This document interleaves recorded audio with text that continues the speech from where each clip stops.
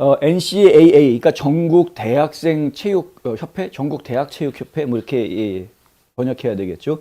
NCAA에서 트랜스젠더 학생 선수들을 위한 새로운 정책을 만들었다라는 것인데요. 이제는 자기네들이 내놓은 정책만 가지고서는 말들이 많고 논란이 많으니까 좀 책임 회피하는 그런 내용을 만들어 놓은 겁니다. 결론적으로 말씀드리자면 우리는 책임 없어요. 우리는 그냥 전국 미국 전체의 체육 단체들이나 단체 협회 이런 것들의 규정이나 아니면 국제올림픽위원회의 규정을 따라서 할 겁니다. 이렇게 이제 발표를 한 것이죠. 그러니까 국제올림픽위원회 IOC에서 결정한 트랜스젠더 선수들에 대한 규정을 그대로 받아들이겠다.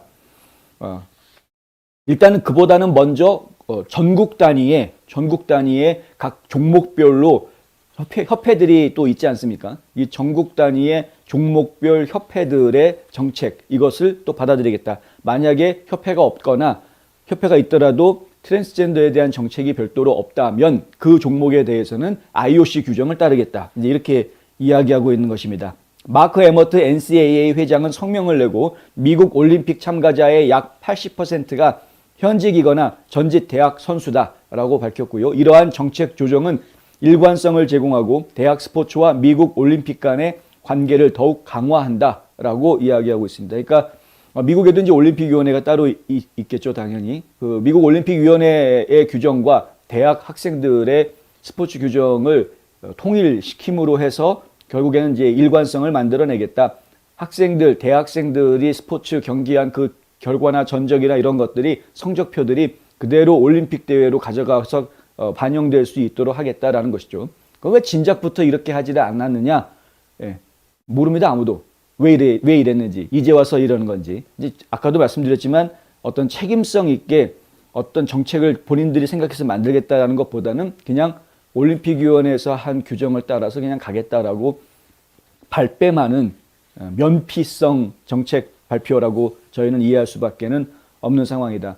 하지만 NCAA가 가지고 있는 아주 그 막강한 영향력 때문인지 일선 대학 총장들이 내놓는 말들을 보면은 포용적인 그런 표현들을 좀 많이 하고 있고요. 뭐 이미 많은 분들이 아시고 계시겠지만은 미국의 명문 사립대학이라고 이야기하는 아이비리그에 소속되어 있는 많은 대학들이 이 트랜스젠더, 이른바 그 성 정체성 이슈에 대해서 상당히 수용적이고 포용적인 그런 자세를 취하고 있는 것이 사실입니다. 조지타운 대학의 총장인 존 드리오이아 총장은 성명을 내고 우리는 변함없이 트랜스젠더 운동선수들을 지원하고 대학 스포츠 전반에 걸쳐 공정성을 조성할 것이다. NCAA 회원 학교, 컨퍼런스, 대학 선수들이 포괄적이고 공정하며 안전하고 존중받는 환경에서 경쟁하고 새로운 정책을 명확하게 이해하면서 나아가는 것이 중요하다라는 성명을 내놓았습니다. 그러니까 대학들은 NCAA의 결정을 존중하고 따르겠다, 뭐 이런 얘기죠. 근데 업데이트된 그 NCAA의 규칙을 좀 들여다보면 이런 식으로 나옵니다. 모든 선수는 차별 없이 자신의 건강, 안전 및 존엄성을 존중하는 방식으로 스포츠를 할 권리가 있다. 이게 이제 말은 되게 멋있고 그럴듯한데 막말로 이야기하면 존중하는 방식, 자신의 인간의 존엄성을 존중받는 방식. 나는 내 성 정체성을 존중받아야 되겠다. 나는 겉으로는 덜렁덜렁이지만 나는 속에는 여자다. 그러니까 내 성 정체성을 존중받아야, 날 여자로 대해주세요. 뭐 이렇게 나오면 그거 존중해 주겠다. 뭐 이런 겁니다. 네. 말을 그렇게 해석을 하니까 그렇게 되네요. 동시에 경쟁 스포츠, 특히 높은 수준의 스포츠 경기의 신뢰성은 선수가 나머지 선수보다 불공평하거나 불균형적인 이점을 가지지 못하는 공평한 경기장에 달려있다. 이렇게 써 있습니다. 그러니까 공정한 경기가 이루어질 수 있도록 규정을 만들겠다. 규정을 시행해야 된다. 이런 것인데, 그래서 저희가 항상 말씀드리는 게 덜렁덜렁은 아무리 내가 속은 여자예요라고 아무리 얘기를 해도 남자 아니냐. 이 골격이 다른데, 기본 골격이 다른데 어떻게 이 선수들을 같은 여자 선수라고 하느냐. 이런 부분이 이제 얘기가 될 수 있는 것이죠. 근데 이것을 세부적으로 들어가서 이제 IOC의 규정을 지금 따라서 하겠다. 미국 내에 별도의 규정이 없다면 뭐 이렇게 되는 겁니다. 이게 가장 이슈가 최근에 됐던 이유가 바로 이 토마스라는 선수 때문에 그렇게 된 건데요. 이 토마스라는 선수는 원래 남자였다가 본인이 여자로 바꾼 난 트랜스 여자입니다 해가지고 지금 여성부에서 뛰고 있는, 과거에는 남성부에서 3년을 뛰어오다가 갑자기 졸업반이 돼가지고 지금 여성부에서 뛰고 있는 그런 선수입니다. 예. 그리고 또 한 명의 선수가 있는데 바로 이 선수. 이 선수는 반대입니다. 이 선수는 반대로 원래 여성이었는데 아이작 헤닉이라는 선수인데요. 원래 여성이었는데 나는 남자인 것 같아요 하고서는 지금 남자로 바뀌었습니다. 그래서 남자 선수 팀에서 뛰겠다 이렇게 지금 선언을 해놓은 상황이죠. 그런데 최근에 지난주였죠. 지지난 주말이었군요. 이 두 선수가 여성 선수에서 대회에서 만났습니다. 여성 대회에서. 그러니까 원래 여성이었다가 남성으로 전환한, 그리고 남성이었다가 여성으로 전환한 아주 특이한 경력을 가지고 있는 이 두 선수가 여성 대회에서 만났습니다. 그게 1월 8일 대회였는데요. 이 대회에서 과연 여자가 된 남자가 이겼겠습니까? 아니면 남자가 된 여자가 이겼겠습니까? 여러분 아시는 분 계시죠? 이쪽이 이겼습니다. 네, 헤닉이 이겼습니다. 예, 엄청난 기록 차이로 이겼습니다. 헤닉은 49.57초로 기록을 했는데 자유형에서. 근데 토마스는 52초 84를 기록을 해가지고요. 49초 대 52초면 꽤 많은 차이가 나는 거죠. 자유형 경기에서는. 그래서 승리를 했습니다. 이게 또 이제 하나의 큰 뉴스가 됐었죠. 참 가지가지합니다. 그런데 이 헤닉 선수 같은 경우에는 저는 사진 보고 깜짝 놀랐는데요. 수영 선수니까 보통 이렇게 더군다나 여자 선수가 아니고 남자 선수라고 하고 나왔으니까 우통을 다 벗지 않습니까? 팬티만 딱 입는 그런 상황 아닙니까? 그런데 이 가슴을 수술을 했더라고요. 가슴을 수술해가지고 수술 자국이 이렇게 있는 상황에서 경기를 하는데 좀 놀랬습니다. 보기에. 그리고 뭐 토마스 선수 같은 경우에도 좀 보면 좀 놀라죠. 예. 여자 맞아 뭐 이런 얘기들이 이제 나올 수 있으니까. 근데 어쨌든 간에 지금 이제 이 선수들 때문에 지금 이 불공정한 경기다라는 이야기들이 굉장히 많이 나오고 있는데 한쪽에서는 어떻게 또 얘기하냐면 봐라, 여성 선수가 아무리 남자였더라도 남자였다가 트랜스젠더로 됐다고 하더라도 어쨌든 여성 선수가 남성 선수를 이긴 거 아니냐 뭐 이렇게 이야기하는 분들도 있고요. 이미 남자로 바꾼 거 아니냐. 남자로 바꿨는데 왜 여성팀에서 뛰었느냐. 아직 그 남성 호르몬 치료를 안 받았답니다. 그러니까 몸에 뭐 이제 가슴 성형 수술 같은 거는 하지만 남성으로 호르몬 치료는 아직까지 받은 상태가 아니어서 그래서 여성 대회에 출전할 수 있게 해줬다라는 거죠. 그래서 이제 둘이 아주 맞붙었는데 이쪽이 이겼다.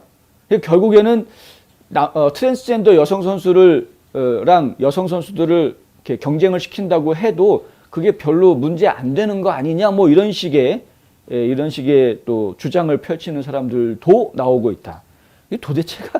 도대체가 혼란스러워서 어디 살겠습니까? IOC의 의학 및 과학국장으로 있는 리처드 버젯은 당시에 이 테스토스테론 수치가 아니라 더 넓은 것으로 좀 선수들을 볼 필요가 있다. 뭐 이런 이야기를 하고 나왔습니다. 원래 그 IOC 규정에는 테스토스테론 규정이 있습니다. 그러니까 이 여성 운동선수 같은 경우에는 테스토스테론 수치가 최소 12개월 동안 10 나노몰 퍼 리터, 그러니까 나노몰 퍼 리터니까 굉장히 적은 약이긴 합니다만 어쨌든 이 테스토스테론 수치가 최소 12개월 동안 10 나노몰 퍼 리터 이 아래여야 그래야 여성 선수 경기에 뛸 수 있다. 이제 이렇게 해놨다는 것이죠. 근데 지금 토마스 같은 경우에는 과거에 NCAA가 그런 구체적인 규정이 없는 상태였기 때문에 그 정도 규제를 받고 뛴 것인지는 지금 확인이 안 되고 있는 상태입니다.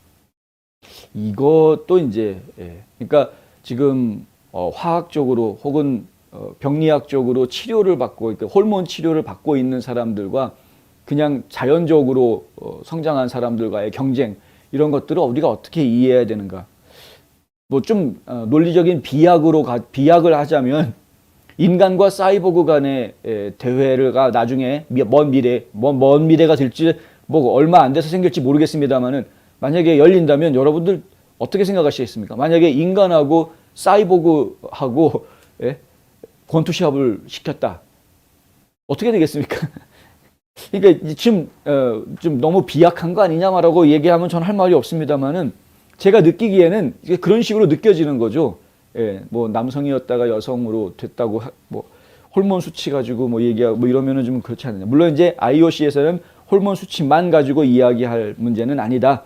더 중요한 문제는 이 훨씬 더 많은 정보들이 이게 이야기가 돼야 되고 언급되어져야 한다. 결론을 내려야 하는 흥미로운 연구들이 지금 진행되고 있다. 이는 자격을 결정하는데 매우 중요한 문제인 성과에 대한, 그러니까 이제 경기 기록에 대한 훨씬 더 많은 정보를 제공할 것이다. 지금 IOC 내부에서도 트랜스젠더 선수들에 대해서 어떻게 통제할 것인가에 대한, 규제할 것인가에 대한 정확한 규칙을 아직 세우지 못했다라고 이야기하고 있는 거나 마찬가지입니다.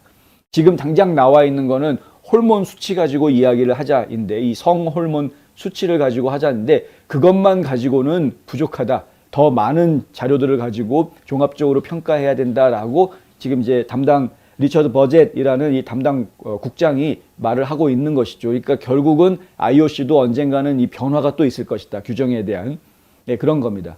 그러면 NCAA 입장에서는 IOC가 규정을 언제 바꿀지도 모르고 또 새로운 규정을 어떻게 바뀔지도 모르는데 어쨌든 간에 그 규정은 우리가 만든 게 아니고 우리 책임 아니고 우리는 연속성, 대학 스포츠에서 올림픽 스포츠로의 연속성 때문에 IOC 규정을 따르겠다. 이제 우리 책임 없다. 이렇게 면피하고 끝나는 그런 상황으로 가고 있다.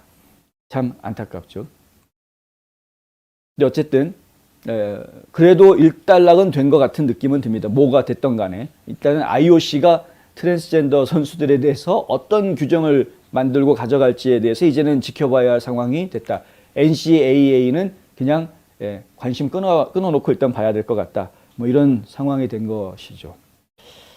하여간 하여간 안타깝습니다만은 이 성 정체성 문제가 사람들을 앞으로도 상당히 오랜 시간 동안 혼란스럽게 만들고 힘들게 만들 것 같습니다.